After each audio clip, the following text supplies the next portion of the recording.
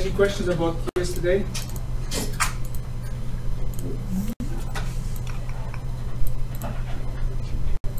So this is a topic which we probably cover several lectures. I'll keep talking about that here and here.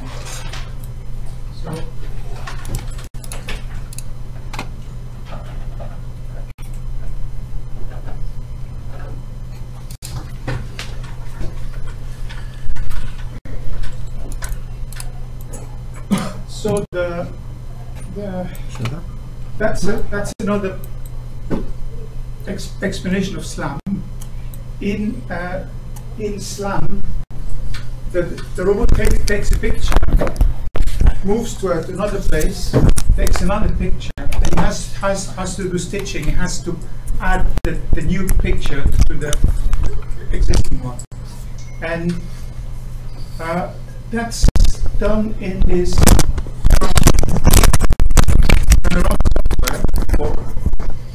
stitching software, which has a succession of frames and construct one picture, which is the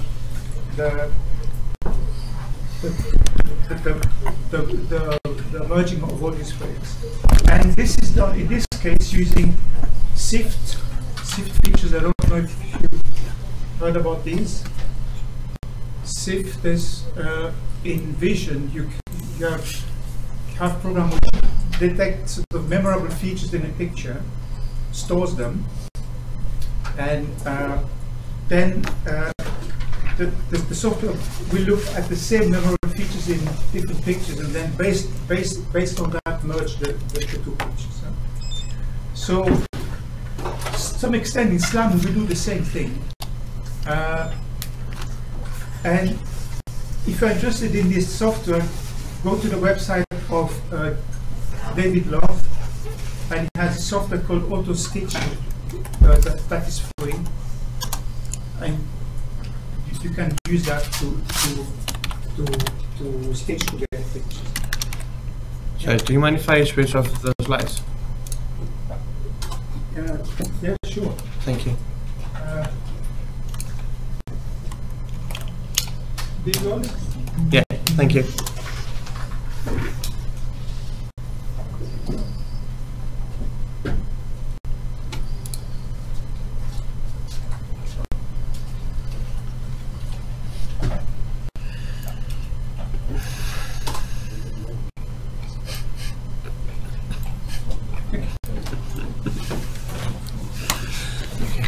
Would you please download the TeamViewer?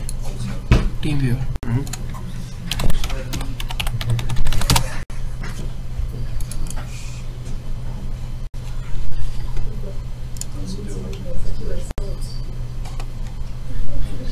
So,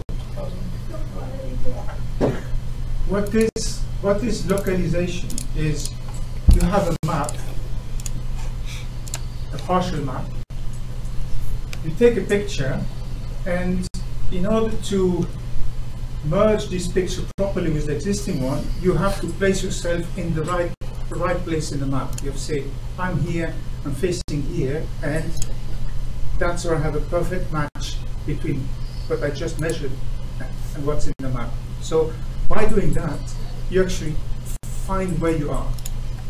So this is called localization. And what I'm trying to determine is actually the pose of the robot. And I say localization is actually not only the place, but also the orientation.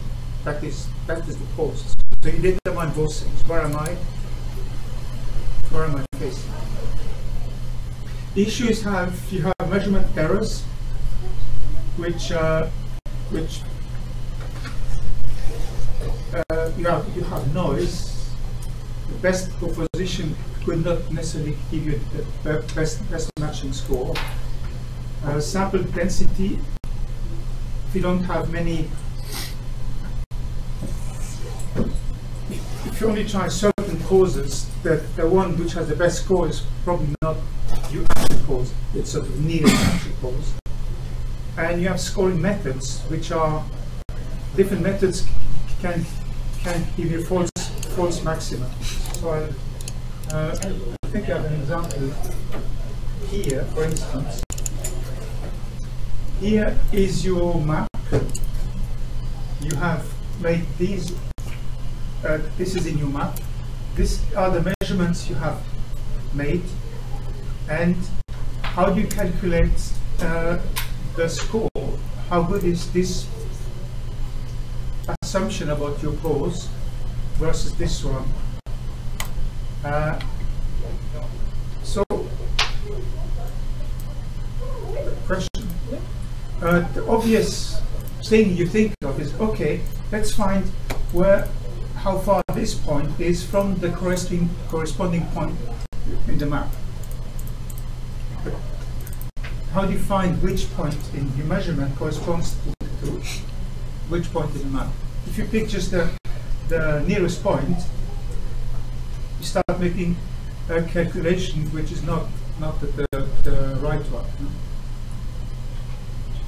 So they're quite complex algorithms to do this simple job. You sort of look at points, you look at the perpendicular of that.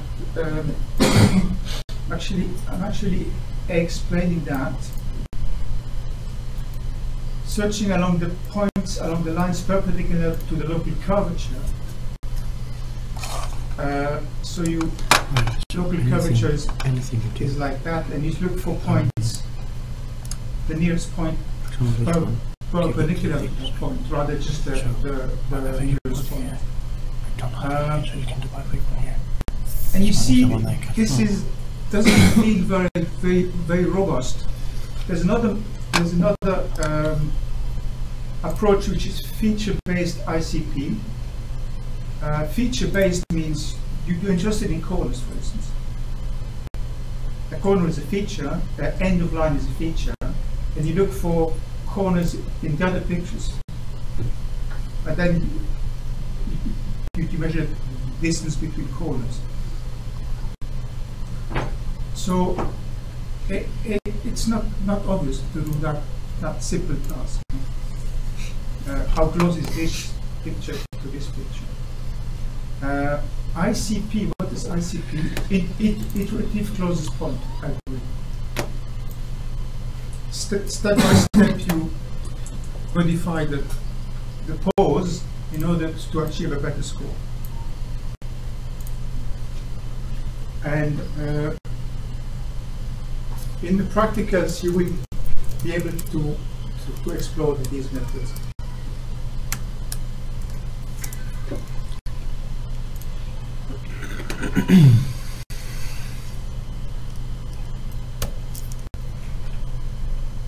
Now, what people normally do nowadays is using a statistical approach.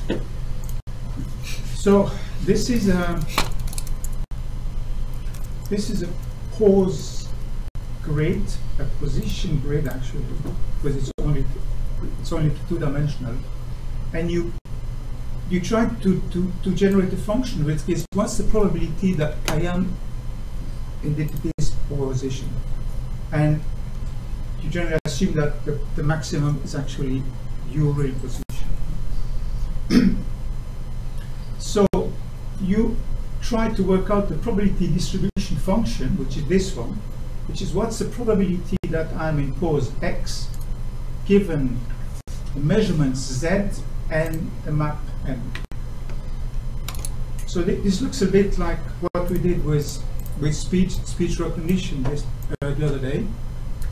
What's the probability that this series of words corresponds to the sounds which I just heard? So here there's an extra variable, which is the map. I have a map. What's the chance I'm here in the map, given that I made just made these laser scan measurements? So this is called the conditional probability that the pose is X when the measurement is Z and the map is M. And this should have an integral of 1, this thing here, because the sum of all possible propositions, the sum of all probabilities should be 1.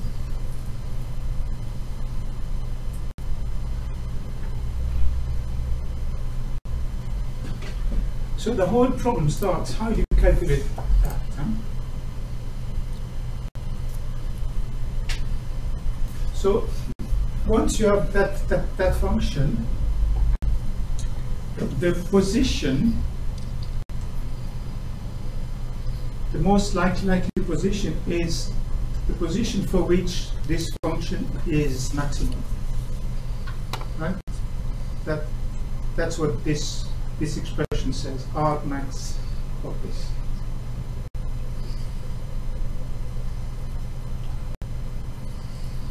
You could also use the expected value of x, which is center of mass of all the positions. So it's the expected value E of x is equal to the integral of x times the probability that x is the position. And you find a kind of mean value of x modulated by this function here.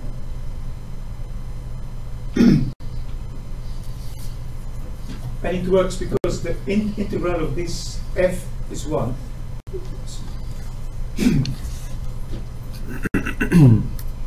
Questions?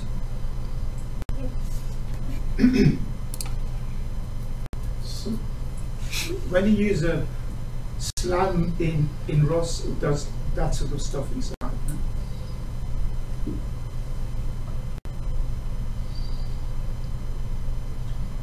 Now, you can also get an idea of how confident you are about their position, which is calculate the variance of x, which is the distribution around the mean value. If your probability function is very peaked, your component is high, if it's extremely flat, it's not that short. So this is the expectation of all the values of x minus the average value of x squared. And E, you know what E means? E is defined here. E is the integral of what's inside here times the distribution. So this thing here is the integral of the difference squared times that thing. Can you make it a little bigger, please? Yes. It's probably as big as I go. There was a. Can I go one further? Yeah.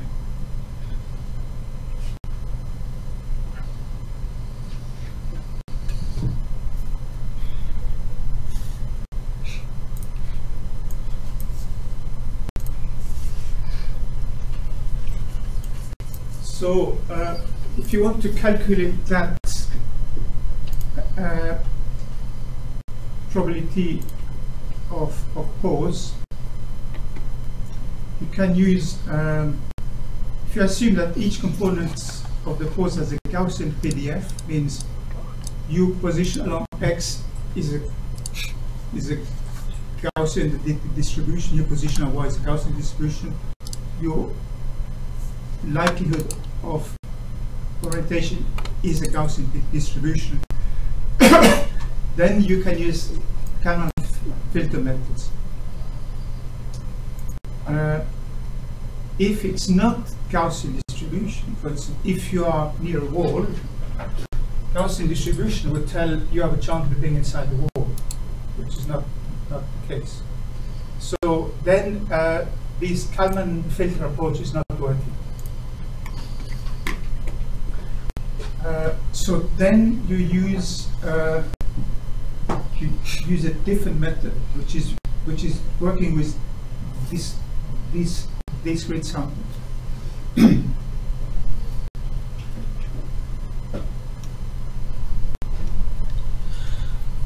So you assume a number of possible pauses.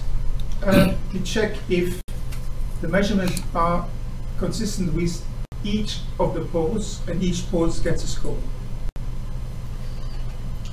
And then this this score can be used to build a function like that, which then is a piecewise approximation because you assume the discrete states, discrete poses.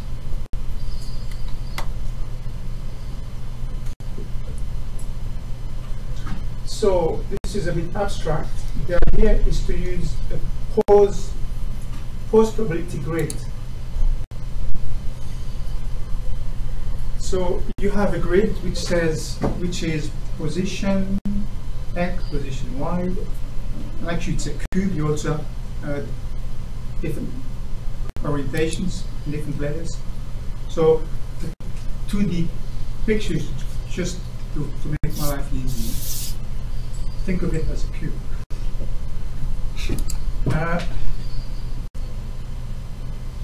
It's different from the occupancy grid. I'm going to speak about that. The occupancy grid tells where in the room to have an obstacle, where to have walls, and the occupancy grid is typically used to plan a route, for instance, or to map your measurements with the map. Map can take the form of an occupancy grid. Now the pose probability grid is different, looks the same, but it is, what's my chance to be in this place facing the display? While the pose occupancy grid deals with obstacles, the pose grid deals with yourself, with the robot.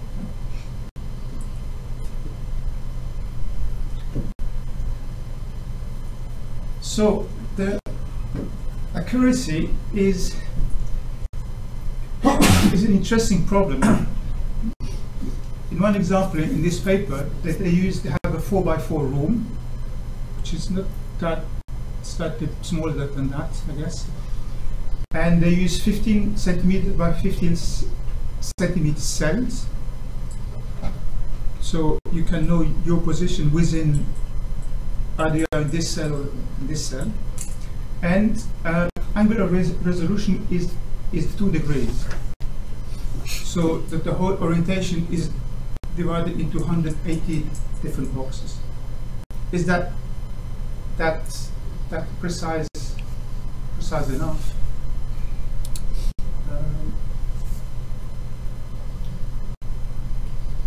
I think when you do a measurement and scan, if you change the angle a bit, you do much more mess than changing the position of it personally. So I think that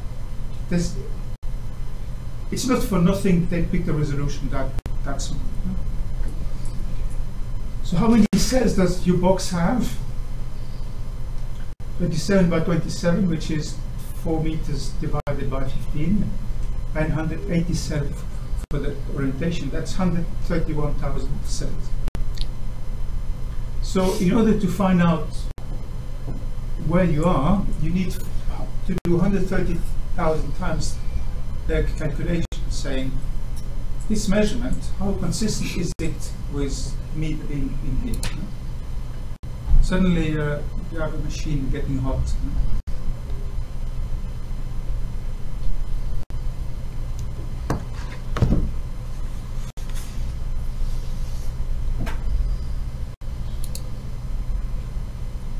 And once you finish, you do a normalization so that the sum of all the 131,000 probabilities is equal to 1.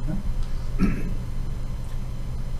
And most likely position expectation now is not an integral but a sum of 131,000 terms, and for each of the possible poses you multiply up by the probability that you are in this pose.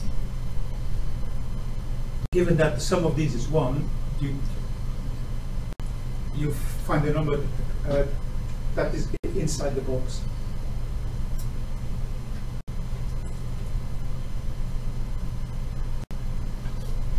So, the question is, how do you calculate that?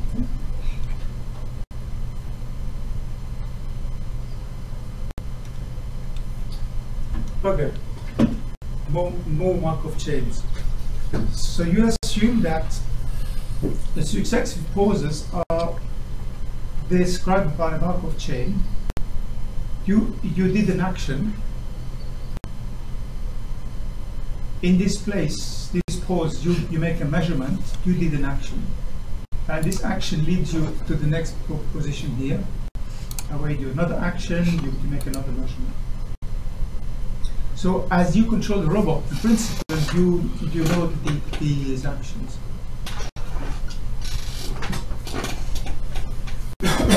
So the probability that the robot is at the position T depends on where you were before and what the action was. So the probability function is defined by this probability here. My probability to be in position X is the probability that you have reached X given that you were in X minus 1 and you have done action U.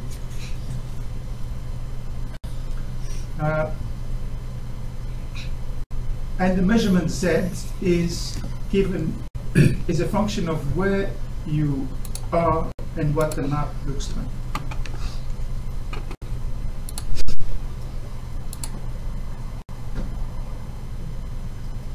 So what you don't know where you are, you know what measurement you made.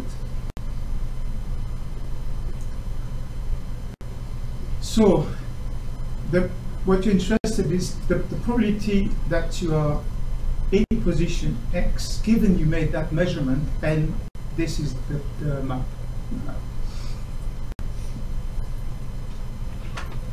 So this can be expressed as I'm aware that we are getting away from this problem here, but we're getting back to that in a minute. So the probability that you are in position X, or is that the same? Given the measurement and the map, is the probability that you make the measurement Z, given that you are X and you have the map, times the probability that you are in position X, given the map, divided by the probability that you make measurement Z, given the map. So this is the measurement model. Given you are here and you have the map, you will observe that.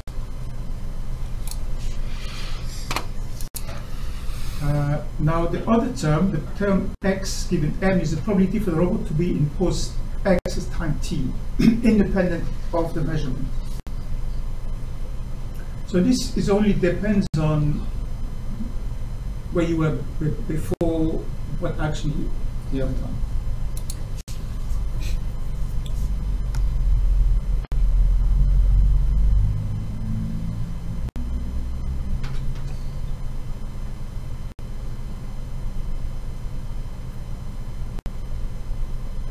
So how is that calculated? Basically, you can be in any pose in the grid with various probabilities. So what's the chance you are in position X given the map is the sum of the probability that you reach position X given you were there before, in a different position before, and have done action X, times the probability that you were in the previous position given the map. So this is your previous probability distribution function. So what's my chance to reach this point from here given I've done that, multiplied by the chance I was here in the first place.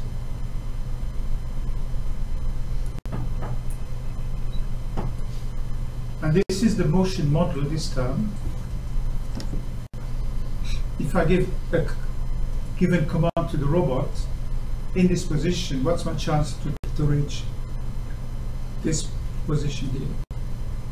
And dealing with a physical robot, you can have weight slippage, you can have lots of things happening. So there is This is a model of what this physical robot would do.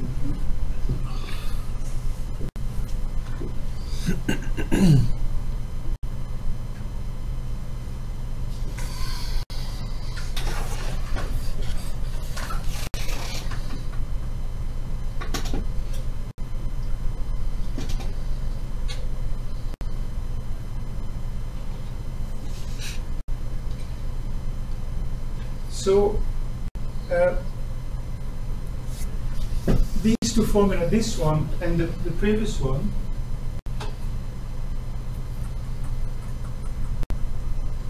this one, gives you a chance to calculate where you're going to be at the next time step, depending on where you were in the previous one. And such a model is called a Bayesian filter. The term filter is sort of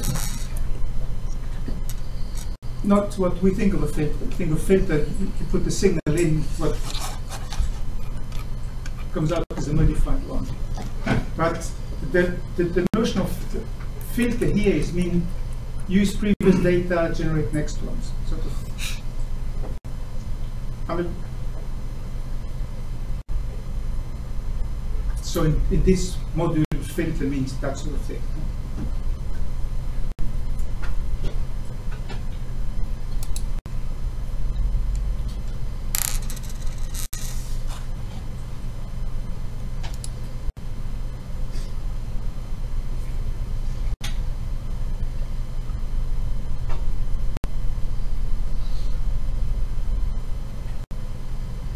And this term here, what's the chance I make this measurement in the map?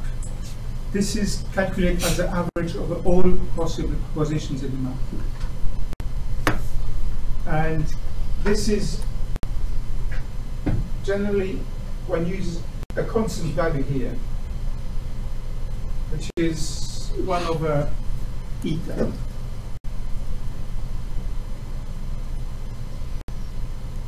So the beauty of that is that we don't need to calculate it. It's just a constant. So here's an example which I try to remember how it works. Each time I look at that, oh, it's clear. When someone else explains it, then when I have to explain it, I'm in trouble. So we have, that's an environment, it's kind of a map. No, real world. You have a robot here, and that's this green line is the probability that I am in one of these n possible places. So you start with my chance. What I know is I could be any of the positions.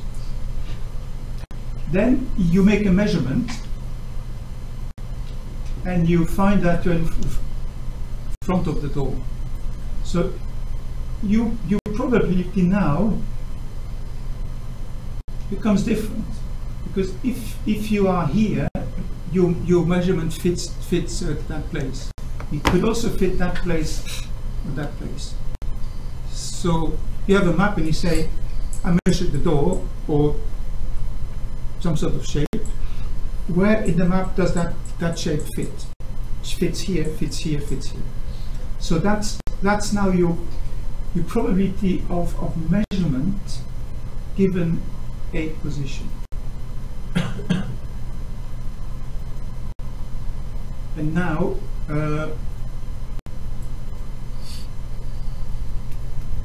what's the probability of being in cell C is probability of a measurement given that you are in CK times the probability you are in CK. Here X has become CK, which is the cell. It's a discrete one.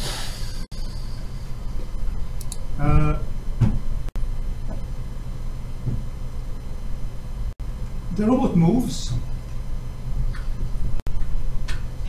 makes a new measurement. So the movement changes its probability of its position probability, because now I am either here or here or here instead of here, here, or here.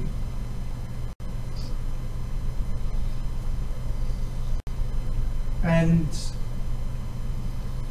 I make a measurement which, in terms of just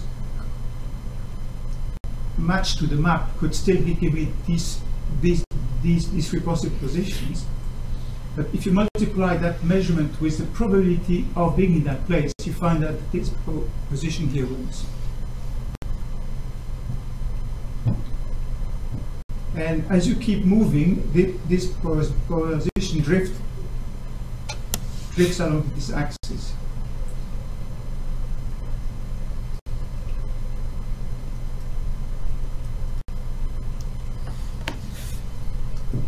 So if you want to be sure you understand that theory, you should be able to calculate these things step by step.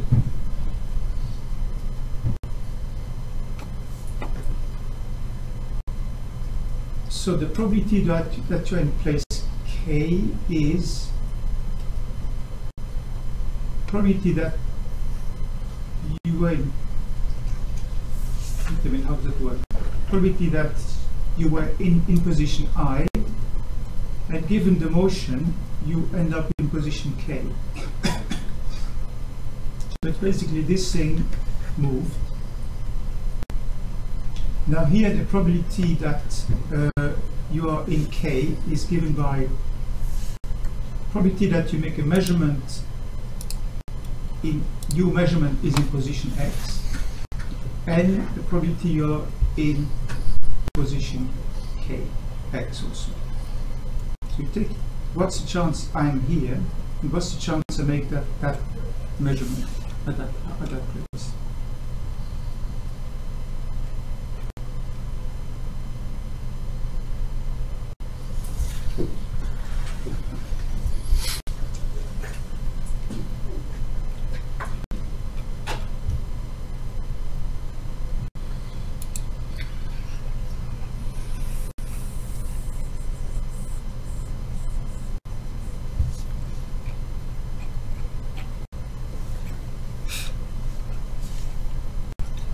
So to make that thing work, you need the motion model and the measurement model. What's my new position likely to be, given I'm here, and what's the likelihood I'm making given measurement, given I'm here.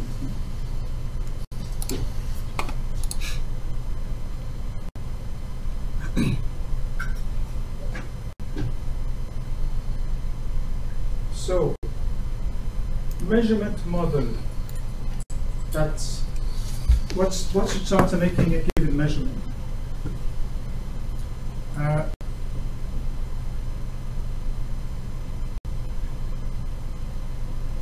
You could have a rate casting model, likelihood fill, and a consensus approach.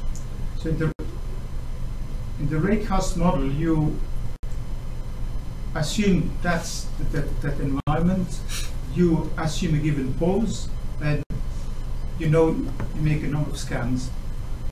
And so you assume pose gives you a resulting number of measurements. Here the measurement is called Z1 to Zn, which is all the length of the scans. If you were in a different position, your model would give you a different set of measurements. So you need to work out how much your measurement is consistent with the robot being in position X.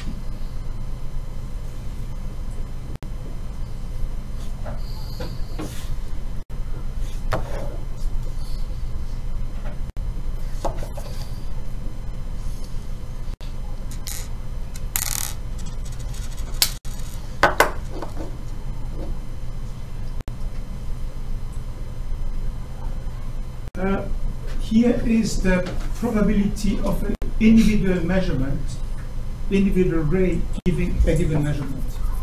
And the probability of all the measurements that all these numbers give you a given value is the product of the individual probability of each ray. So you could assume if I scan my laser here, I'm going to get the measure of this of 3.5 meter plus within some Gaussian distribution. It means if I measure it again, I get maybe 352. If I measure it again, I get 349. So this is some assumption about the reproducibility of your measurement. You could also think I'm here now, and I measure 350 against the column, but this column has different reflective properties. So despite it's still 350, I'm going to get a different value. Okay? We'll look more into that in a minute.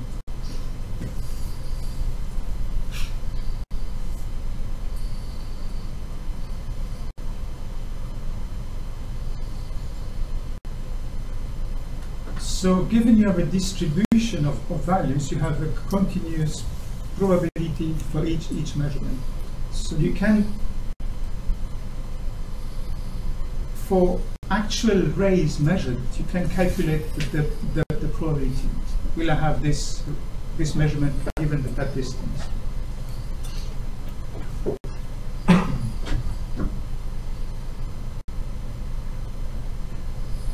So in practice, life is more difficult because this is your map. You can have beams reflected by obstacle, which is fine. Beam reflected by people walking in the corridor, which will reduce your match score. You can have beams. You have random measurements, possible, and you have so-called maximum range measurements. It's when the beam is not coming back, the system will tell you, well, its maximum range is beyond my maximum range. So all these things happen in the real world, and so when you want to calculate how good is my match, you have horrible bad measurements, because if one of these measurements is far away from the expected range, this Gaussian will tell you 0. So this product becomes 0 because of the one measurement which is missing. So it looks theoretically sensible. In practice, it causes lots of problems. So how do you fix that? Here starts the messy world of heuristics, because what I'm telling you is perfect theory and then practice, and practice is a cheat. Huh?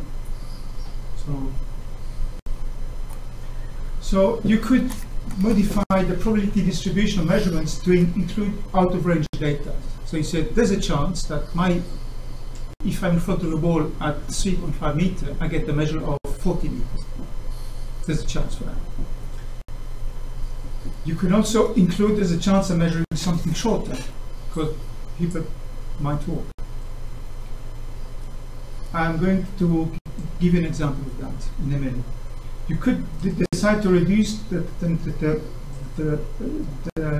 number of scans. You have made 360 scans, but you only work with 8 scans. Because if you make a product of 360 scans, and some of them are very small, they kill the whole result. You could work with a log of probability. The products of Gaussians become sums of the exponents. This means here, instead of being interested in the probability, you say, I'm interested in the log. Because the log, when the probability goes up, the log goes up. So if I'm interested just in the pose with the highest probability, same thing to look for the pose with the highest log. And then suddenly these sort of a log of a product becomes the sum of the logs. Right? So suddenly these zero measurements have no effect at all anymore.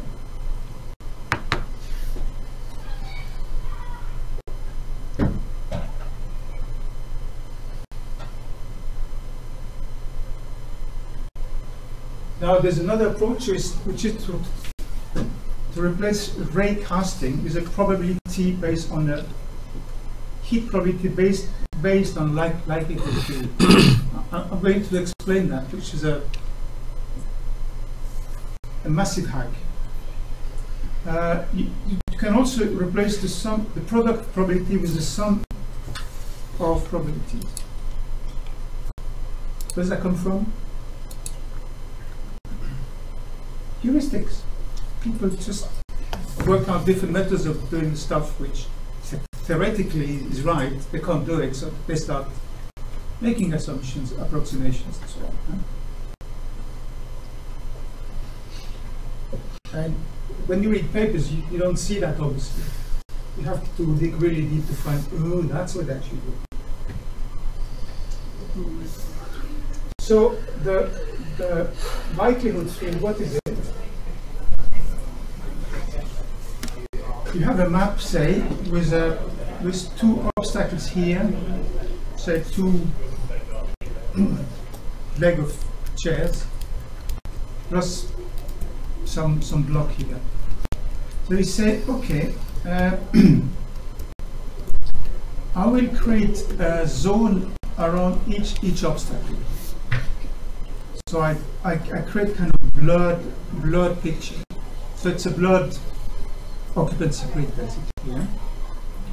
And now I say, if I make a scan straight ahead, I have a chance of making measurements here and here. I have a chance of hitting something at this distance, which is here, and I have a chance of hitting something at this distance, which is here.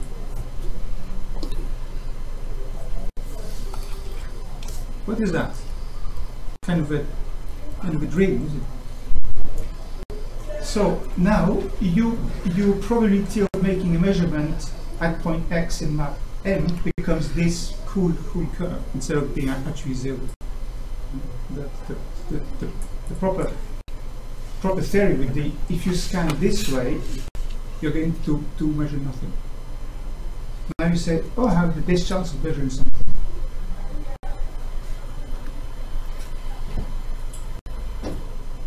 That was done by a very famous person who citizens from lots of papers.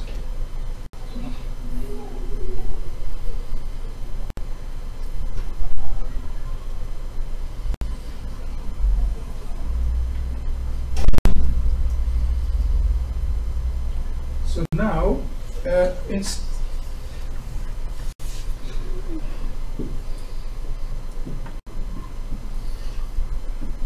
if you do the product of individual rays according to this thing, you end up with a score. The probability to make a measurement in pose X given the map M is a constant time some number, which is the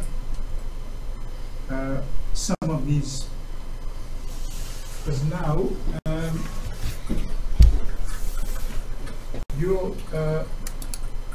the ray casting model, which says if it's at 350, you have a chance to make a measurement. If there is nothing in front of the charge on zero to make a measurement, it becomes this thing here. So you start multiplying these functions here.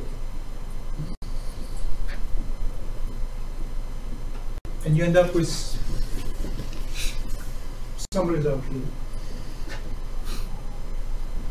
And it sort of works in practice. It helps you to localize yourself.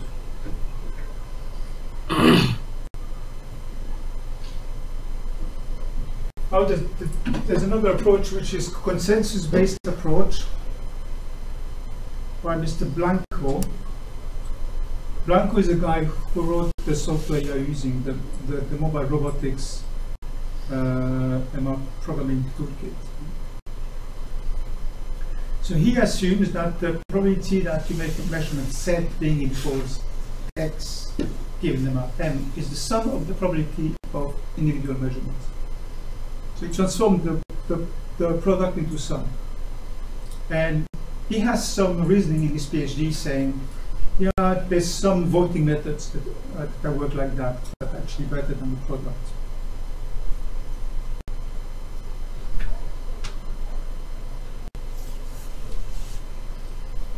Collect consensus this approach.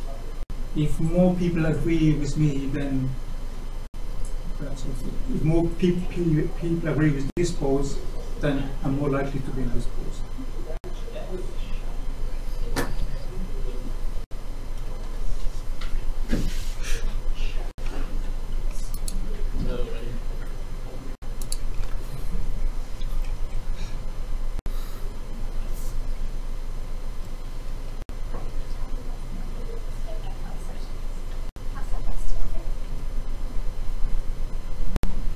More detail in his PhD, he calculates the score for each pose and measurement with this Maha-Landois distance, which I'm not going to explain.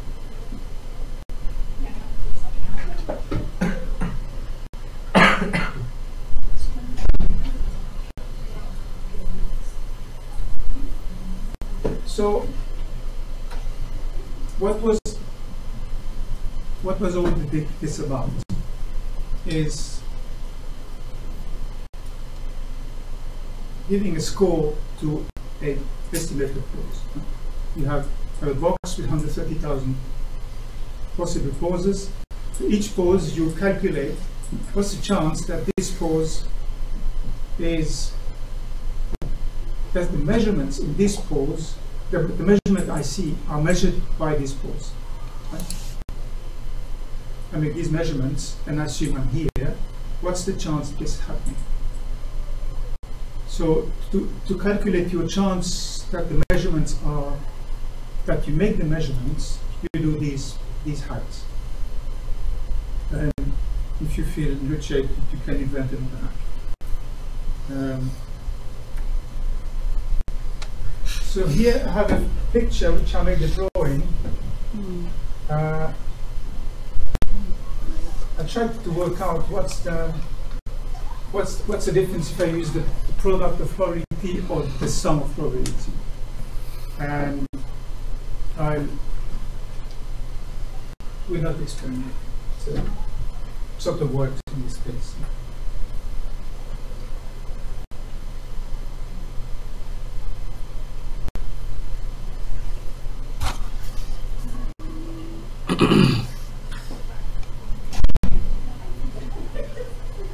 So pose probability grid, what are these final thoughts?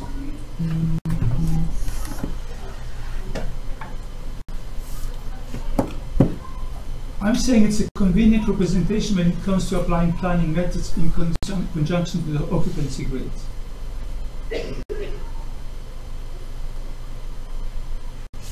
Is that the case?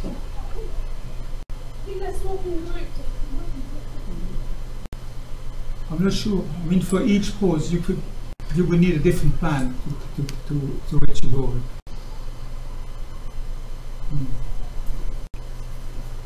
So I'm a bit unsure about this statement here.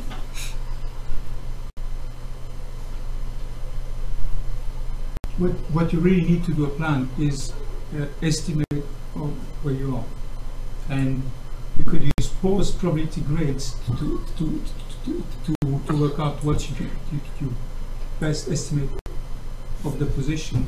You could also use Kalman filters to estimate where you are. So I don't think pose probability have a special value for planning. So that this statement, I don't think it's very strong. What's the negative aspect? You have limited resolution. Means you're somehow uncertain about where you're facing, where you are. And also you spend lots of time on improbable poses. Many poses which you can't be there, but you still mathematically work out a probability.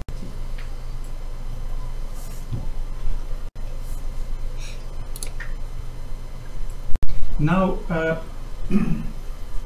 the pose probability can approximate the true probability distribution better than the simple Gaussian using Kalman filter. Because if you are near an obstacle, you're not going to assume you're inside the obstacle. If you're not there, you're not there.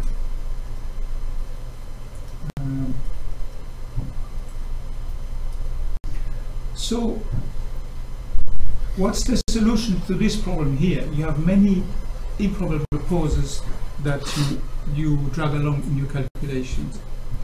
One method is called particle filters. Particle filter is, I'm going to consider 100 poses, points. And I need to find which pose is the most likely. And I'm going to speak about particle filters next time. I'm not going to start now because it's a long story. But particle filters. So I'm going to next week. I'm going to speak about them. Next week. Next week.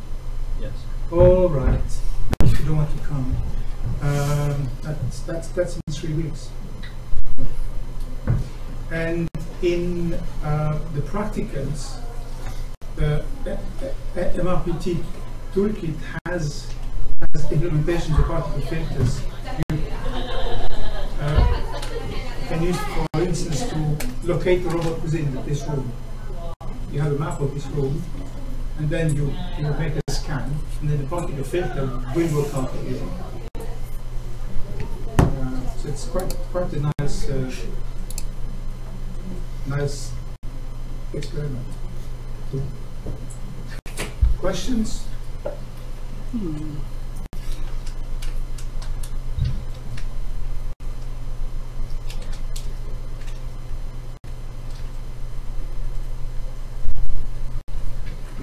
So let's not lose track. What have we done?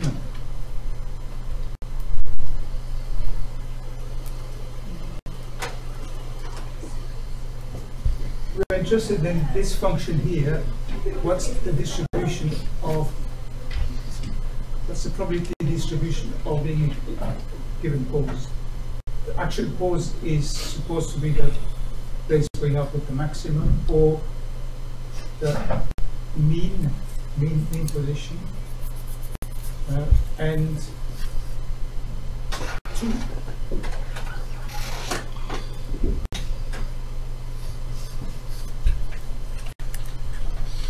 to calculate the probability you're in a given grid cell, you use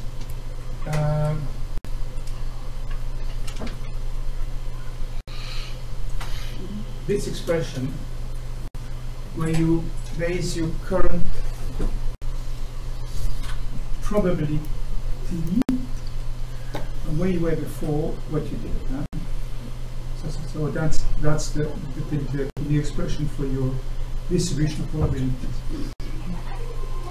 Now, how do I jump from this line to this line?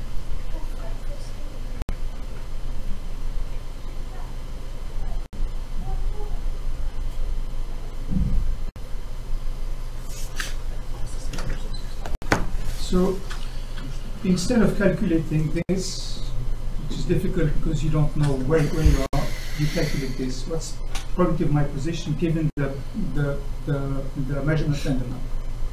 And that's what we looked at. What are the ways of calculating you position given the measurements you make. So there's a jump here which I should have explained.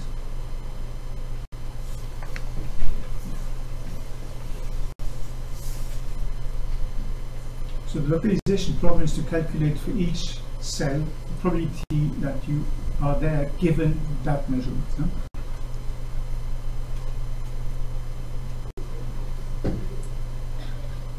Right.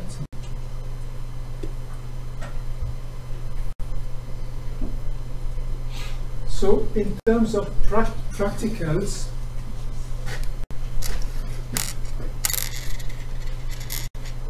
or you want to keep thinking of that for a moment?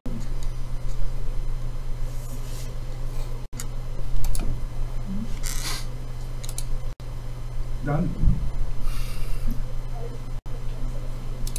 So look at it again. I think most of the stuff I have in my lectures makes sense in my notes.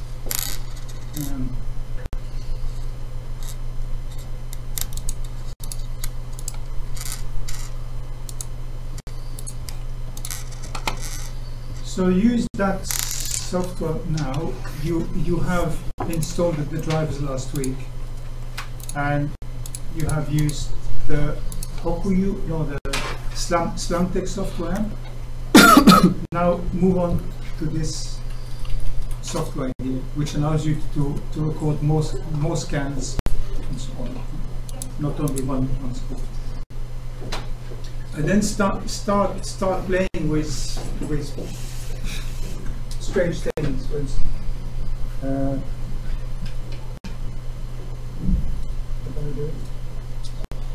here I show some pictures. I took a picture in my office. Get this scan, and you get strange things like suddenly huge distances, holes, no measurement at all, no measurement at all. You have places with lots of variance. Where does that come from? And if you look at the no measurement at all,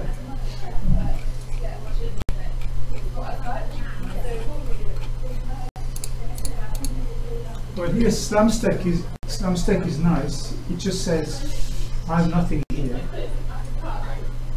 nothing here, nothing here.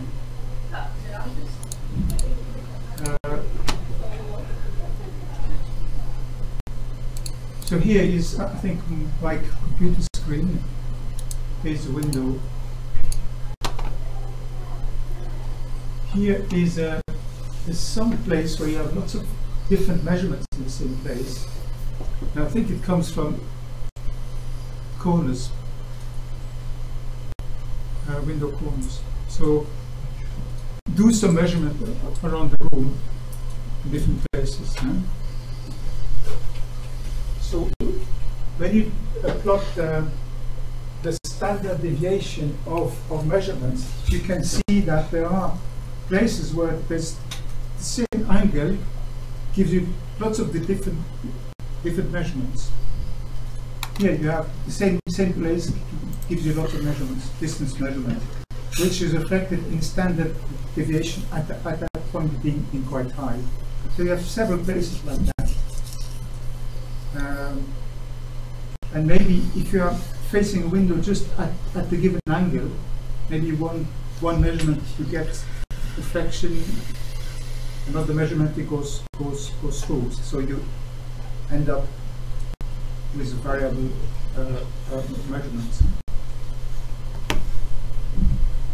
So this is an example of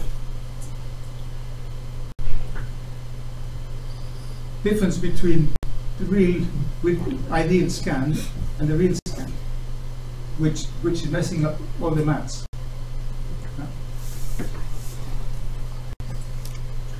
So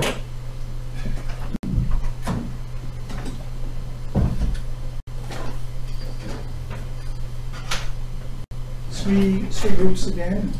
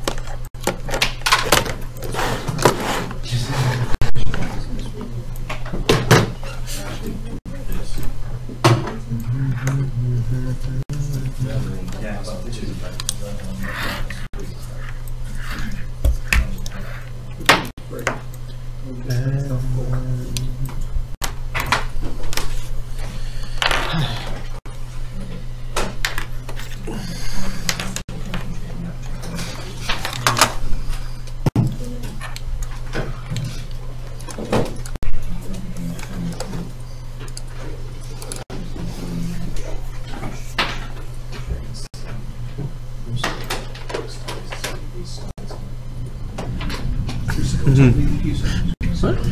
Cool, isn't it? That was a transition. Like, that's because it's the studio. So I'm using it as a studio. So pretty much live video editing. That is actually cool. Yeah, like, what will happen now?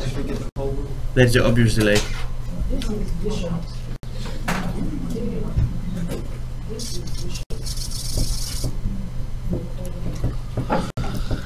Okay, let's get to business now.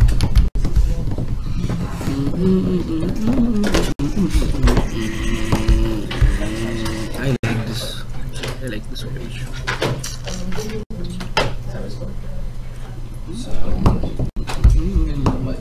It's coming.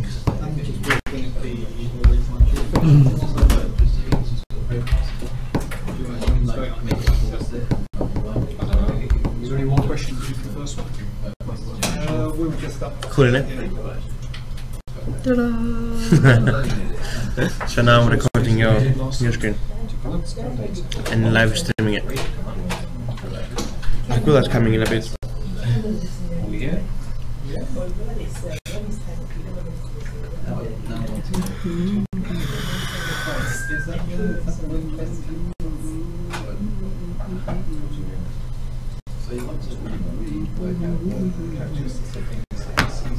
Where is this thing going? Shall we? What? Shall we?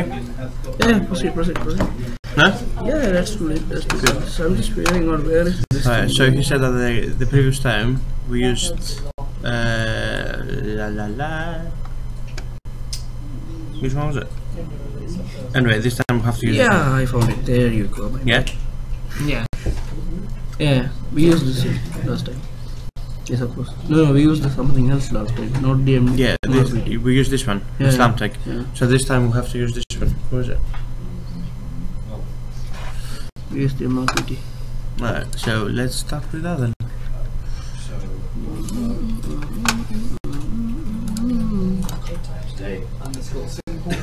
I like the development board. Look at how many pins this thing. For fuck's sake. And if we save the data to the printing screen. Can you name it? Someone, MRPT. Cool. Alright, extracting them. So all good. Alright, you go away. So you come back. And then desktop MRPT. And here we are. So that's what he's giving us.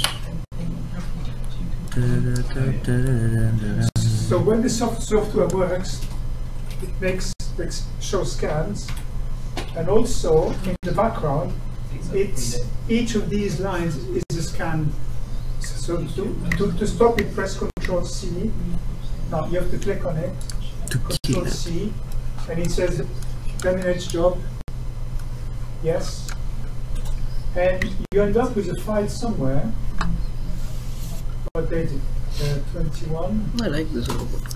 22 today. So this file has already 50 kilobytes of data. No, 50 megabytes. Yeah. So don't talk for too long when you do that. And all this data, you have to transform that into a proper text file using the software convertible path.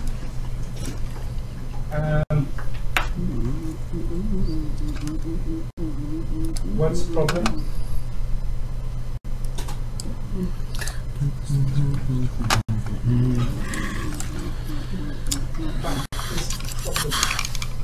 Good. Let me find Brilliant out. design it is. Using the power bank. Is it? Yeah. There's good power in it, man. There's good power in it. Okay, which one is it powering now? Let's see. Okay, it goes there and comes. Because I'm pointing to the wrong folder. That's it.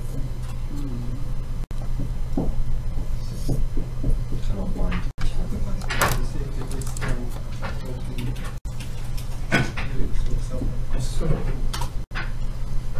now, in this convert program, you will load the file in the folder where, in the right folder, open, and then you will export as plain text files. Yeah. I hope that's what the instructions say.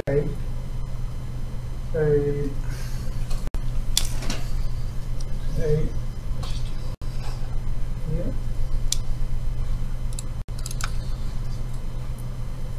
Ah, folder. Okay.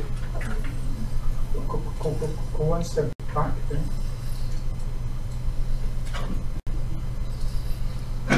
Yeah. Okay. Oops.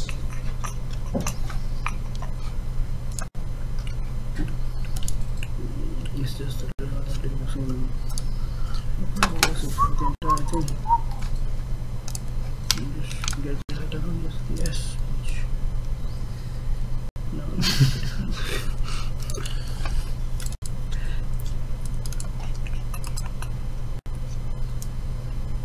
That's it, you don't need this anymore, and you have a file around here which is a text file.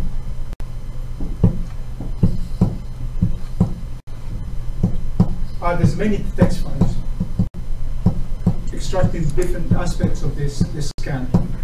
You want the biggest one here. Oops, mistake.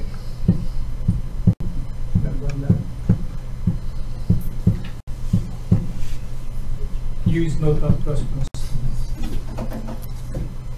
Then you can import that into Excel and make the graphs and the plots. Forget that. Waiting for communication. Yeah. And here you have, I think, one scan per. If I look at the line length, how many columns do I have? Okay, I can't see any of this. 3014. I was busy with the robot. Pretty wrong.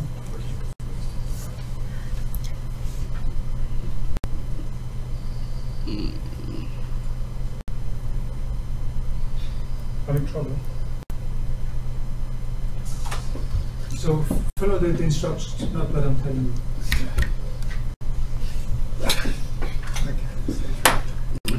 Connect it. Okay. I can't wait. Can't wait to do anything. Yay! Flip it around this one and see what is happening.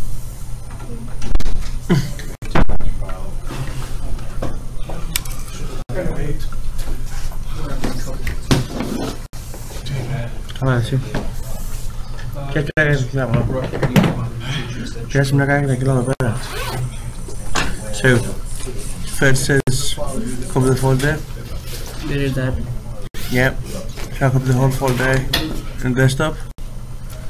So there is application that can be used to collect candidate. Okay. So HP slamlive.exe. We don't have the exe in that though. This is good. So we don't have the exe. I don't know why though. According to this one, the exe must be in this file, in this ABC. CABC. Yes. No, that's an example. Oh, okay. Yeah. So it must be in this folder. ICP Slam Live. So in here, it's supposed to, but it's not. No, it is ICP Slam Live, not Graph Live. No, then. Yeah. Sorry, yeah, it's not. Oh shit. So we don't have any Excel, but we do have that. Try running it, sometimes it will generate to Excel. No, we have to write something in the end, I think. Anyway, so part of that, let's see what else it says. So we got that Excel, then we got that Excel. I found those.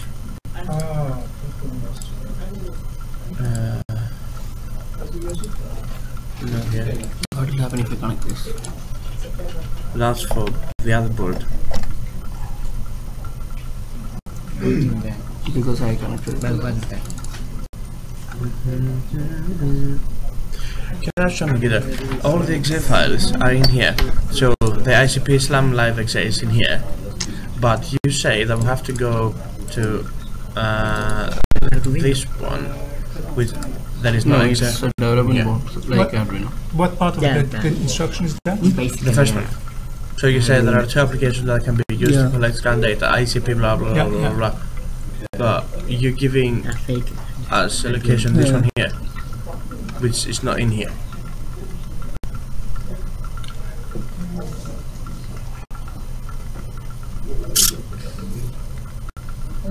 So sample of ini files are found in the folder MRP master blah blah blah. So where you are, is it there? Yeah, MRP master, MRP config files. Yeah. So this says samples for ini files. Yeah, but where we can find those? The roll log grabber exe and ICP Slam live Well, exe. those you can find in the other folder, yes. Ah, okay, alright. But you don't need that, because if you look at the scan batch file, Yeah. it will call that file. Okay, I see. Alright, cool. So in the first step, you just want us to literally copy and paste the folder somewhere else, so we don't ruin the whatever you have in there. Yeah, that's very considerate. Okay. Yeah, you put it in temp or whatever. Yeah. What's in this zip file? Yeah. Okay. Have you extracted the zip file? Yes. So The zip file that you gave us is right here. if you look at it, you have scan.bat. Yeah. If you edit that, so it says go in this folder. Yeah. Add Which is the exact that file. to the pass, but actually it's a mistake. I'm not sure that there's two MRPT in there, so just remove one of them. Yeah. I'll have a And look then now. you, once the pass includes the pass to this file, you just call this file, and you call that ini file, which is copied in here. Yeah, I see. Okay. All right.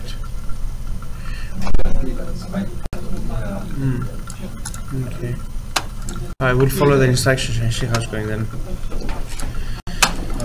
So, guys, did you get what he said? Can we, So basically we need to change the directory. I got that, and I have no Can you idea paste about it, please? copy. Oh, you copy it, one like a paste. Oh, sorry. Shit. Yeah, Yeah, paste. this pass is slightly wrong. Good. Because Yeah, that's the one. Cool. Save. there's no double. Thank you. Good. So, according to him, now this one. Did you also No. this file in the same folder? No. that's the thing, I don't. No. Actually, extract No. Yes. Good. So according to him, we're supposed to call this file, and then that file is calling That file. which in there is running the exe files, and then saves the whatever in there. Okay, now I get it. But he's got the raw log viewer. Okay. Yeah, that's a different file. It's the convert.bat. Ah. Yeah, so that. Yeah, So in here. it's all. Yeah. Good. Okay. We need to change the We file. need to change this one. Look in there, Paste look it. into scan, edit scan of that. Okay. Good. Well, no, you Scan. look in scan of that, what you're doing is Okay. Let's see add to the what else pass it says. this pass So using ICP slam, it's a create a bus file and scan bus. When you run that, it will And then the name edit using the node blah blah blah. Okay, set path equals to blah blah blah. Okay. So he's talking about creating the batch file so in the first part. we do have the bus We file. do have the batch file, so we don't really That's need the to one that we edited. Yeah. But then he says to include this one in there. Alright. Ah, okay. Let me check. Be careful while fixing someone. My girlfriend. That's my girlfriend. You sure? Definitely. Yeah, let's keep it that way for now.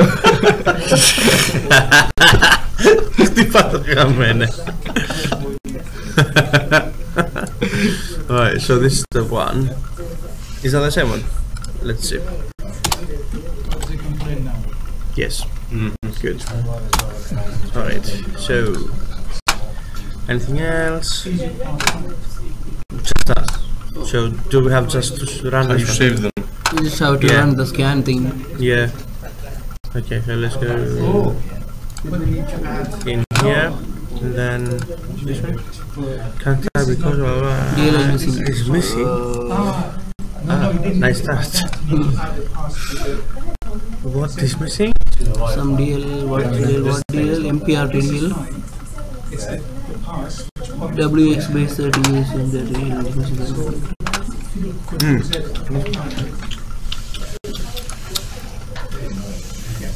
So it's C. So let's see if there's anything about DLL here. Two masters. It's not saying anything inside. It's not saying anything about DLL files here. I think we just need to download it from internet and place it somewhere. Which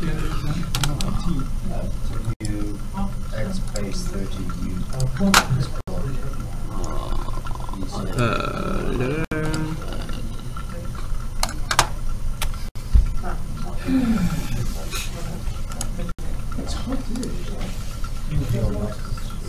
It's just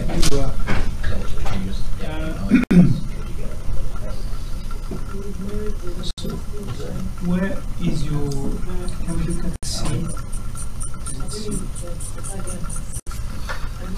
You have C, PT master. What the fuck?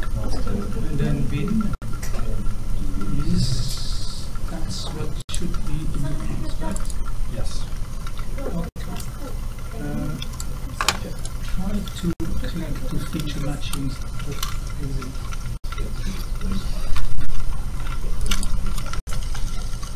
So What's your complaint? I know. The pass. There's a certain instruction somewhere says you need to add these things to the pass. That's working. Oh, I think I know here. Yeah. So it's in the right place. Yeah. So you know how to add that to the pass. Where's the Because I turned it off. no mal, cabe.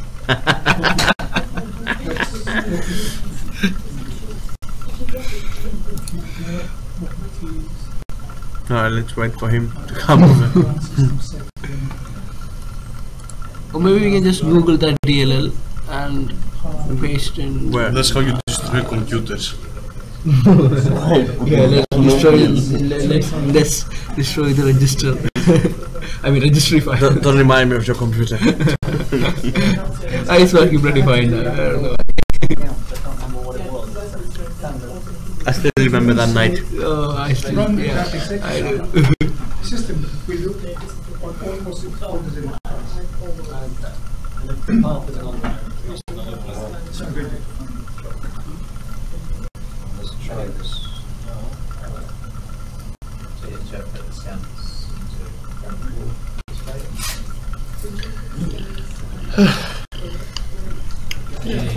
In business. Thank you. Just a minute. It's going to get weird. I don't like the drafts.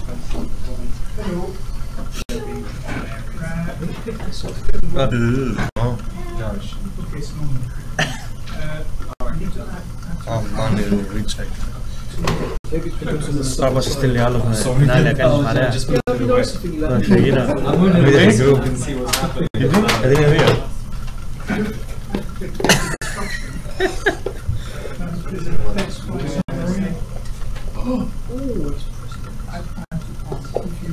Now look in.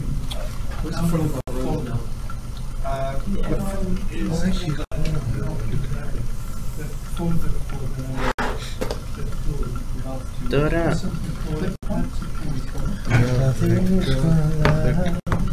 Πού είναι ο κοίτο.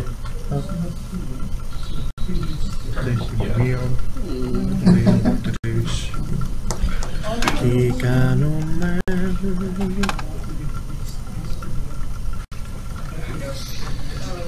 Μπορεί να έρθω τώρα εγώ. Τώρα γιατί με έχει πιάσει μέσα μου. Θα μάθω να το εγώ.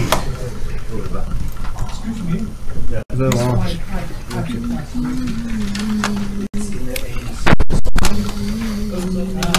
Let's see what we do. So again, copy, blah blah blah, to any place. There are applications that can be used to data items. Application require later can parameters given in the INI files. Alright, so the parameters are in the INI. So the INI though are in the folder that I copied on the desktop. Alright. But let's see.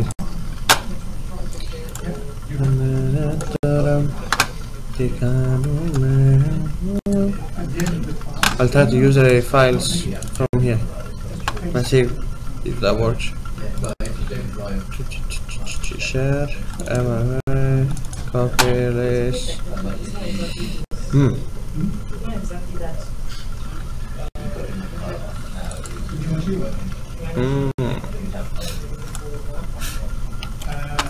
That makes sense now. Okay. I think I found why.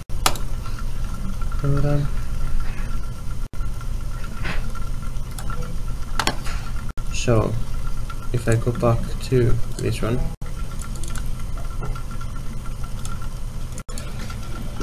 Yeah, what's the question?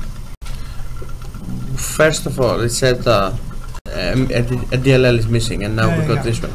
Did you add the thing to the pass? So, If you go to the folder, no, that's not what you add to the pass. This bit is where the executable is located. If you do Control Z, I have that here. Huh? That's the one that you're talking about, right? Yeah. Alright, so give me a second. Release. So that's the one that you want. That's the one. Yeah. Okay.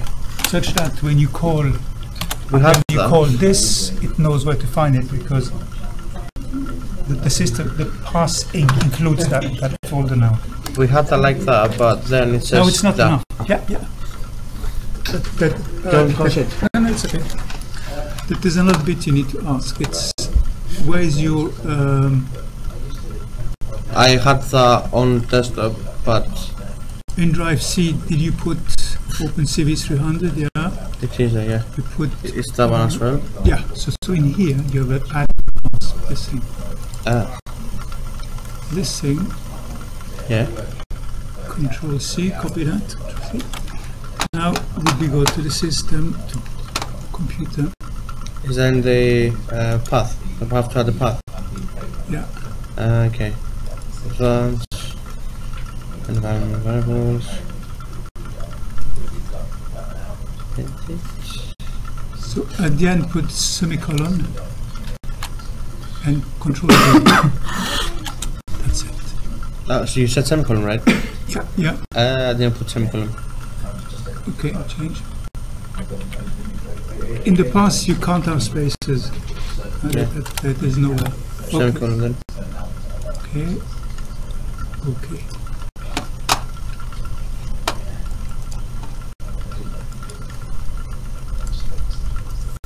Now try again. Not No.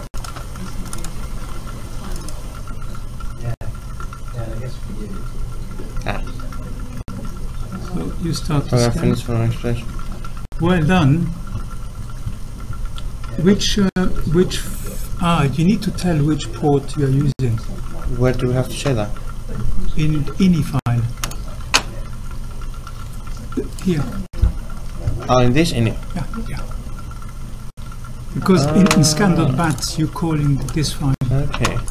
Which port are you 15. using? Okay, I say, yeah. Okay, Yeah. now you're scanning. Stop it quickly. Stop it. Oh, yeah. Control C in the command prompt. You have to be on the command window. I'm trying. No panic. It's only data. So you have now. So here says terminated batch file job. Yes or no? Yeah. Yes. So if you look in your folder now, you have a new text file or a roll-up file, 29 megabytes. This The one. third one. The third file. Third, fourth. Yeah. This one. Yeah. Yeah. So now you can convert that into a text file. So if you edit convert.bat, Yeah. I think we test that one as well. Yeah. that's where you have put your It's not there anymore. Oh, it's not there, is it? It's in Not C. anymore. So C, RPT, image That's done. it, yeah. Dub. Yeah, so save. Yeah. Yeah, now run that. Forget tips. Close. Open. Load. Load. This file you just created. Now export. File. Can you see the next one? Export. Here, yeah.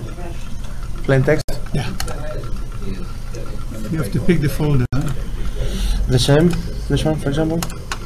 Same RPT. If you want, the one where your batch file is and so on. Yeah. That's the one.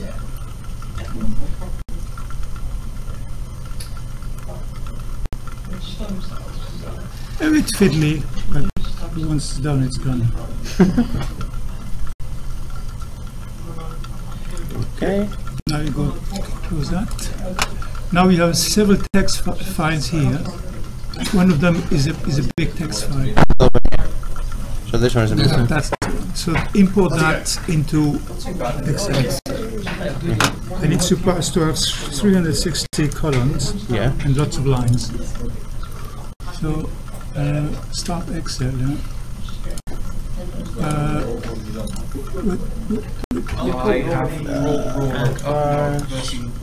So that's the one. Okay. What's the size? Yeah. Okay. Well, I think we have to go there. Determine. Then get rid of these. Put commas. Are there commas? Other. I don't know. No, it's tab and comma. There's just Huh? It's both tab and comma. Both. tabs and commas. Okay. Okay. Finish. Now, do you have 360 columns? That's the question. If you click on number 2 there, no. Number 2, you said. Yeah, if you click on the number at the beginning of the column, This one. no, at the column This one? further. Yeah, this one. Yeah. Yeah. So, does it say how many lines? No. Well, normally in Excel it shows how many columns you have. Okay. Is there anything here we can do? Number 5. Because if you have to count 360 to check, it's a killer, isn't it? Yeah. Why did it not say here? Ah, if you count 2. What? If you click on 1, what do you see? It's wrong, the data is not separate. Well, what I can do is just go to the end and click the last one. No, it's not separated, I guess. There's maybe a setting to show the bits, because this is messy on my machine. You can read the number column, the sum of the values, all sort of things. That will take some time, but it works. What's the size of It's that? not. Don't know. So there must be a setting which says display here stuff. If you click on that, right click, can it say down here? Down here. This one, yeah. Yeah. Make account. Yeah. Okay. Now go back. Click on number 1. Does it tell you the number? No. Let's see what else they got. Sales mode, custom bar. It should show it. Minimum, maximum, like that. Hmm? Let's see what happens if we select the option minimum and maximum. Because the data is not separate, it's all in the same column. Yeah, so that might be a we have reason. one column. Possibly, yes. Yeah, we'll reopen the data again and see how. But it should. Don't save.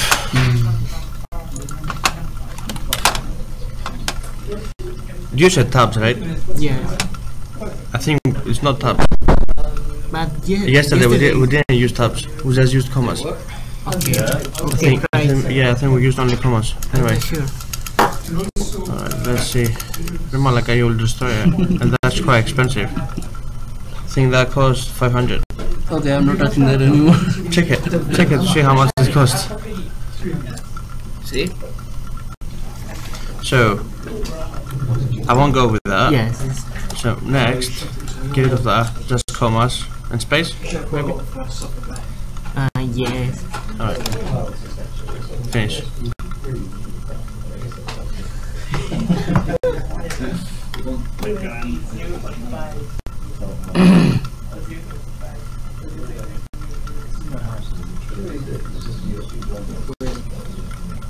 Yeah. Much better. Let's see now. Yeah. 360 count.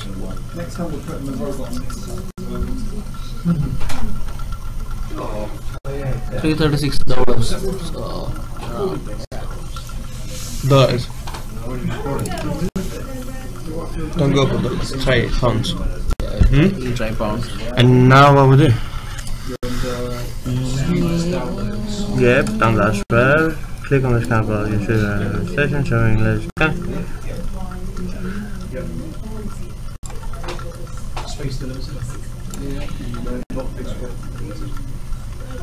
We've done that.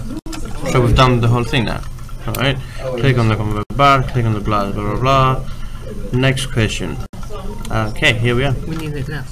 What to do with the data? There are 360 columns and thousands of rows.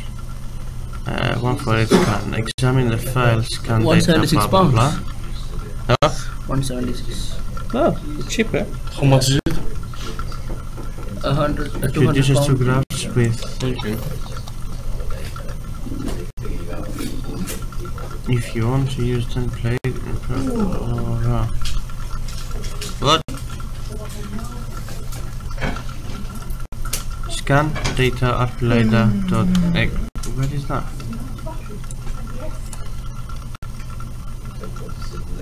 Ah.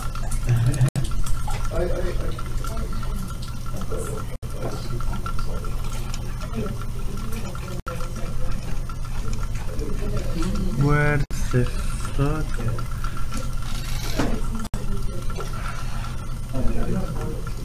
Malaga po yun eh.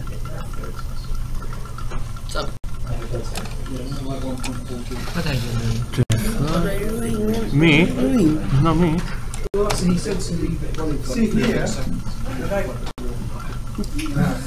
Yeah, we got it. We got it. Strange. Here it's working. This one. In your case, you have to. Yeah, we fixed it. We fixed it. So now it says 360. Yeah. So we try to go to the next one now, but doesn't seem like it's working fine.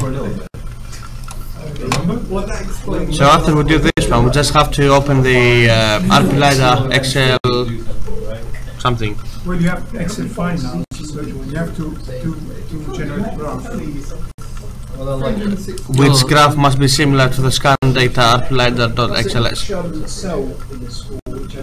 Yeah. Okay.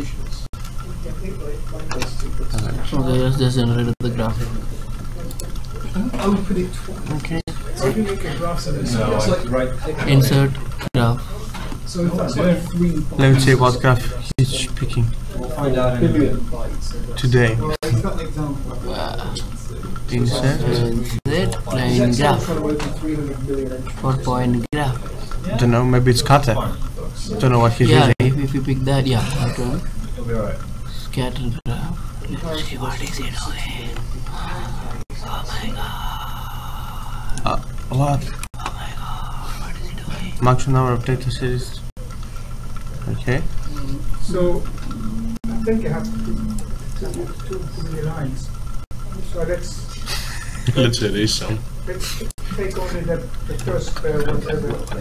This is interesting. Let's select only the first 200 rows. That's a very good idea.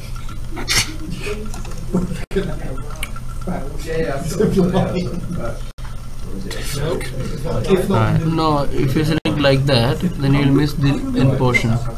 Oh, what? Maybe it's only with one column. Only one column? Yeah, maybe. No. Column or line? So that's column A, B, C, D, E, F, G. That's column. 1, 2, 3, 4, 5, 6.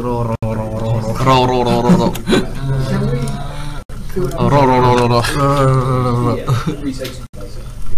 Come on, bring us the graph. Yeah, look, what a beautiful graph it is. Nothing there. Shit. Wow. I think he copied-pasted them with the other file we were trying to figure out what it was. Let me videograph this thing. This looks interesting. Μια φωτιά στην άμμο.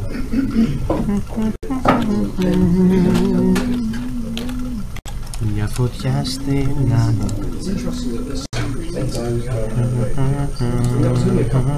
So if I set the frame rate exactly as the rotation of this thing, then I can see that red thing there. Στο ένα για να πάμε. Ένα. Τι έκανες? Να βουτσακ. Τι έκανες? Πήγα στο ένα. Στο α1. Λοιπόν, τώρα πρέπει να πάω σε αυτά εδώ πέρα λογικά. Select the graph. Στα έβγαλε. I have to select. That would be... Ooh, it's not that bad.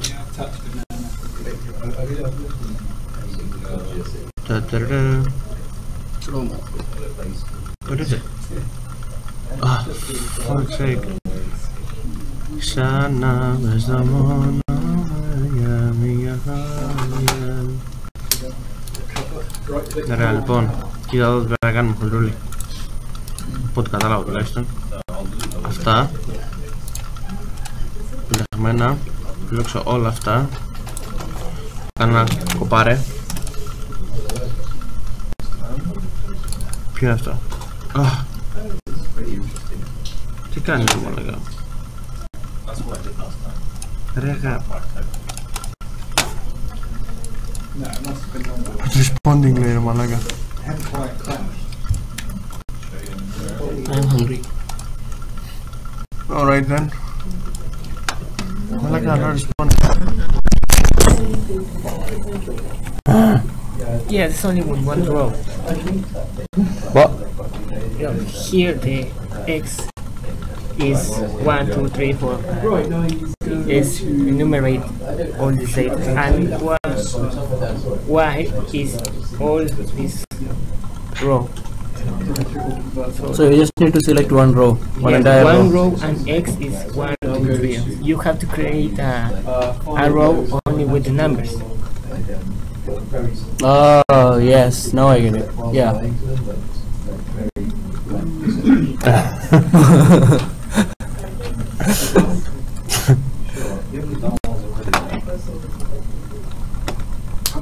Alright.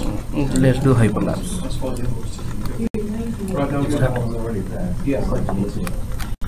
It's broken.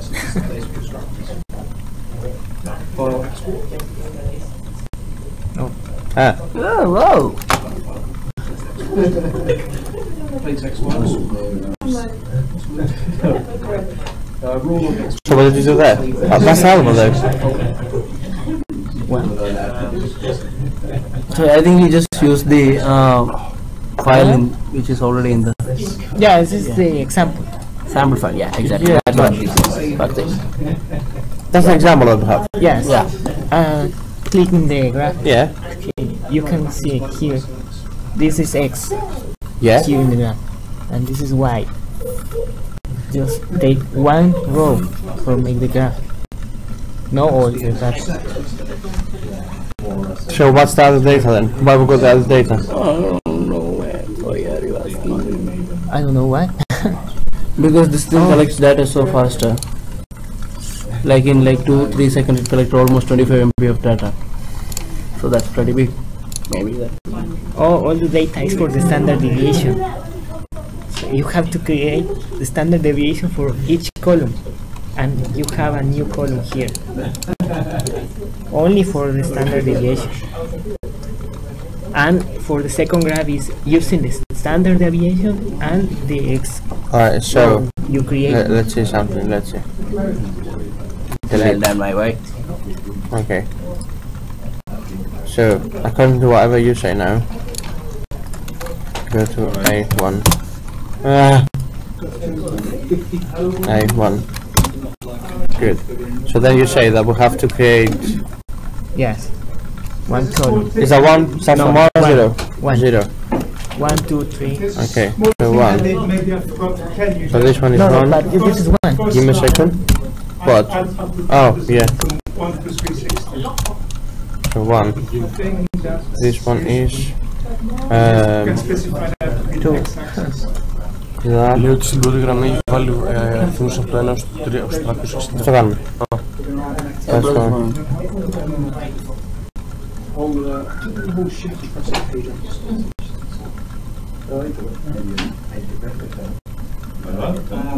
Number those 1 to 360. Yeah, but Now create the other row for the standard deviation. What? You have to create other row for the standard deviation. Fuck. Alright, insert. No, one row. Let me do what he's doing. AV, STD. STDs. Forget it. You go STDs? Yeah. Now let's create again. So then, you said all the row, Yeah. Yeah. correct? Yeah. Except of this one. We need to select color row 1 and 2. What? Row we have to select row 1 and 2. So it will be this number Here. against this one. Yeah, but we have to set that. So you have to. Wait, I'll go there.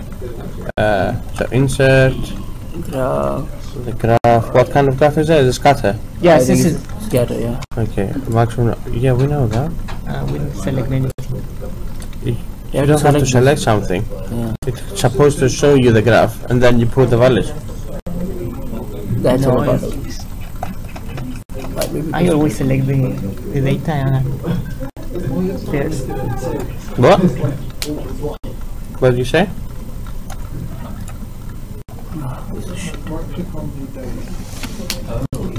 No. Why says that? It shouldn't. It works now. If you have a first line being numbers 1 to 360, if I click on these Just select these three two lines, rows. am I doing that? No, right? Give me a second. No. Alright. Just select row 1 and 2. That's what I'm doing.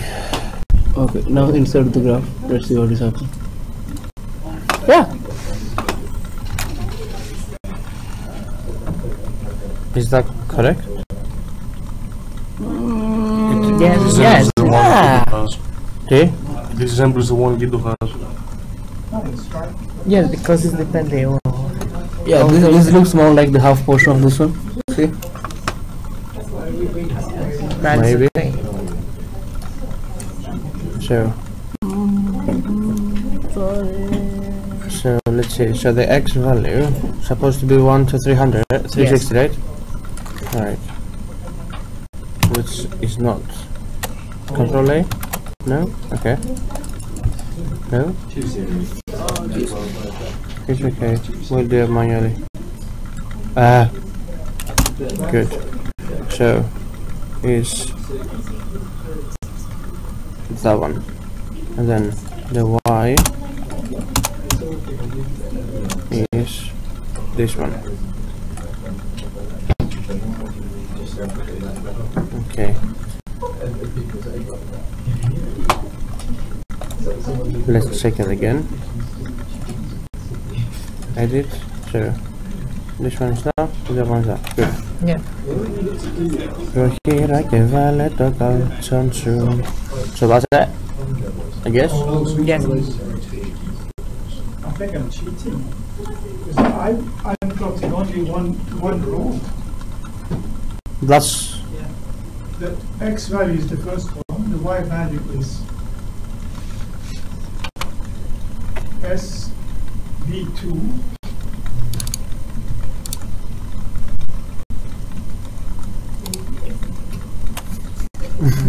But that's not it.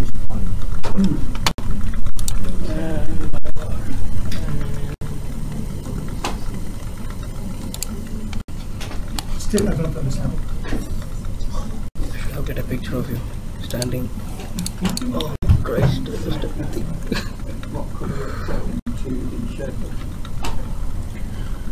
For fuck's sake, the one's a what? What is wrong with the rest of it?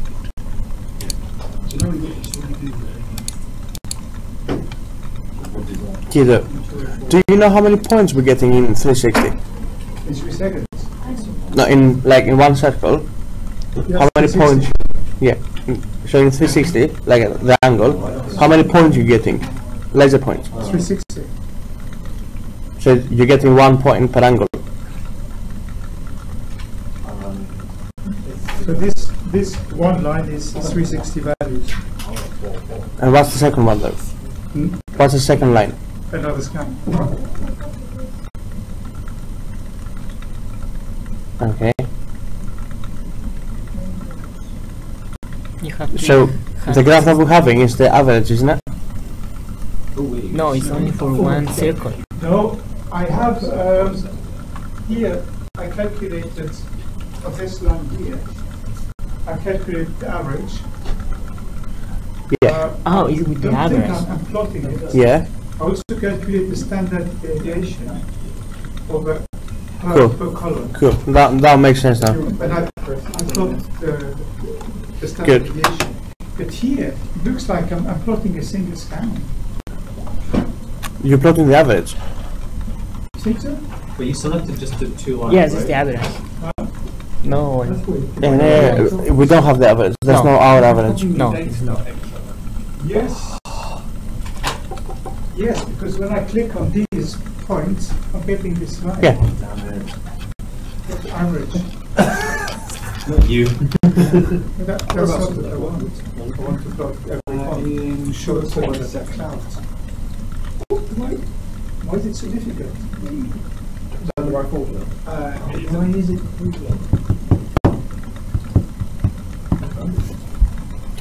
Every point. Alright, let's think about that. So, select data. Okay, we don't want the average then. Good. So, the x values are 1 to 360. Let me get rid of this.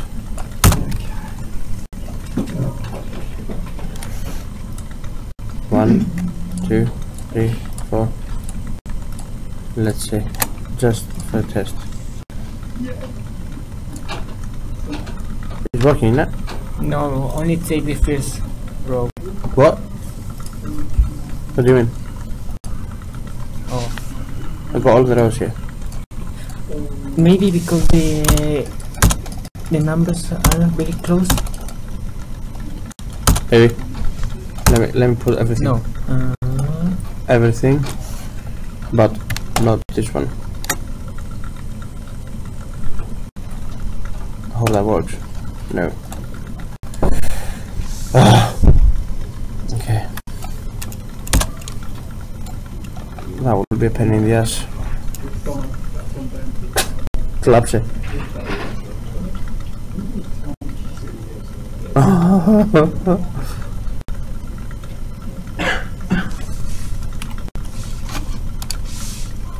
Collapse it, Mitchell. For move to the end to press control. What? Or you are selecting. Oh.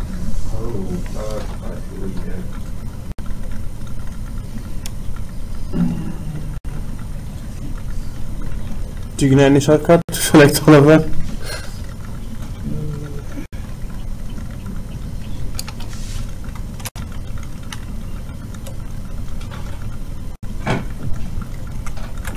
Do you know how many lines we got? Ah, yeah. Is How many lines we have? Control Shift for select all. For what? Control Shift. That's. Can you go all the way up? The entire Can you page. go all the way up? No, do what you've done. For select all the data. Do what you've done. Control Shift. Yeah. Select Yeah. this one. Go all the way up now. No, with that.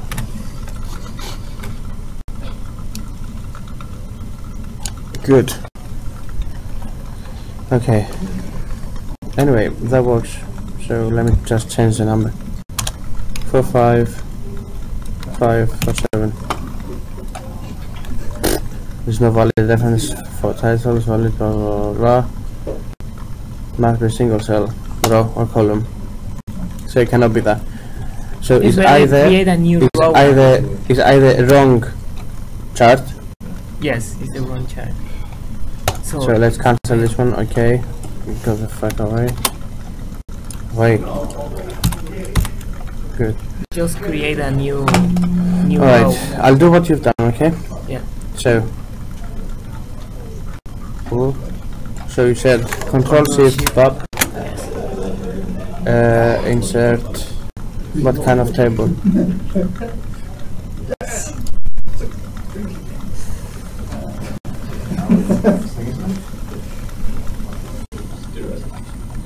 Yeah? Okay, say something. Is Scatter with straight lines. That's just scatter. no. Is No, that it shouldn't be 3D. huh? No, it shouldn't be 3D.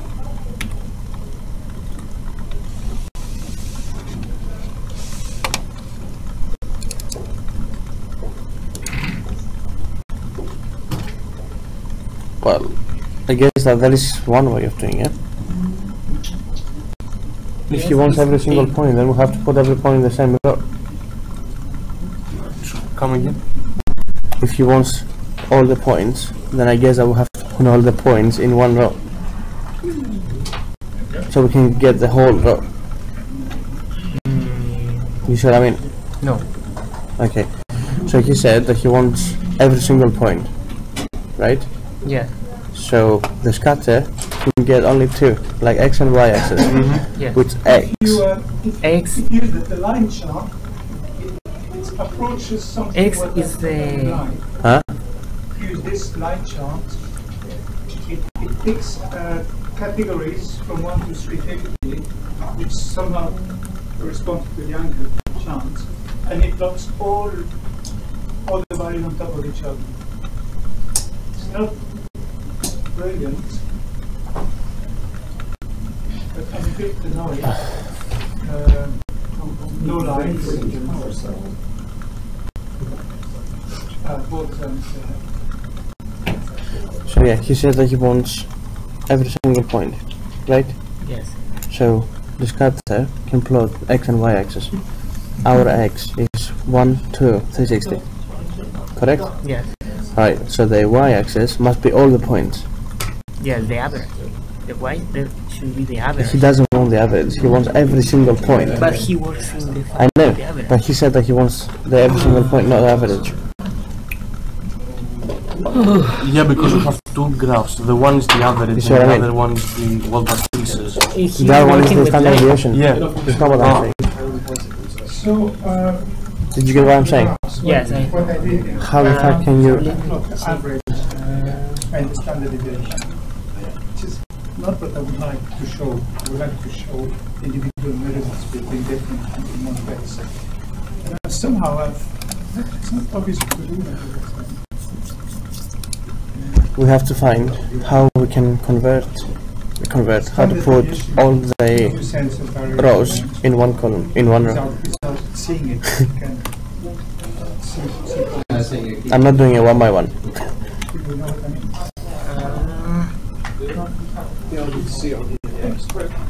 If you look at my file, which is in the same folder, Which sections are there? You have access to the original file? Yes.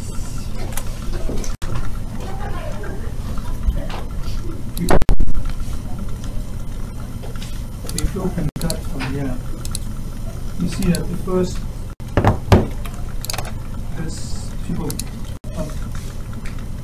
the second line, the third line is standard deviation. If you click on that, you will see the formula. You put standard deviation. Now, so this is plotted here.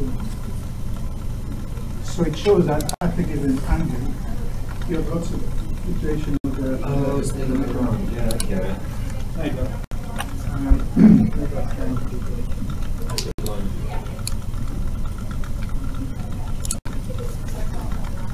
Porque potem po mimo że balkan już koszta. Όχι ρε, δεν παίζει. Angles were things very well measured. Hopefully they're same thing. Or if it includes you moving around. Alright, λοιπόν, πιάνουμε αυτό. Ένα σκάτερ. Έλα μη σου γε. Probably I can see is that's what tends to run it. That's where some of those fluctuations comes in. Ωραία, λοιπόν, data. Τώρα έτσι θα κάνω. Edit. Series name στα αρχίδια μας. Το X πρέπει να είναι αυτά. Το X πρέπει να είναι αυτά.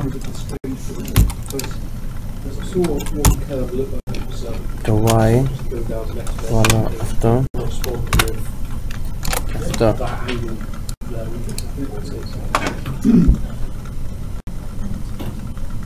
So you could maybe think if Opa, thank you you. have a measurement is what Το X είναι αυτό. I will not trust it for my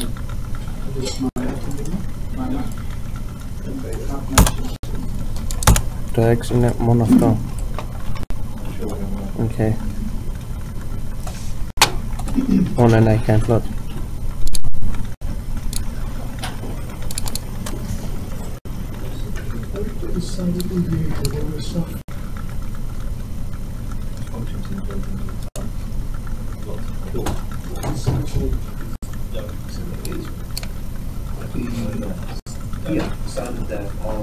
Ναι.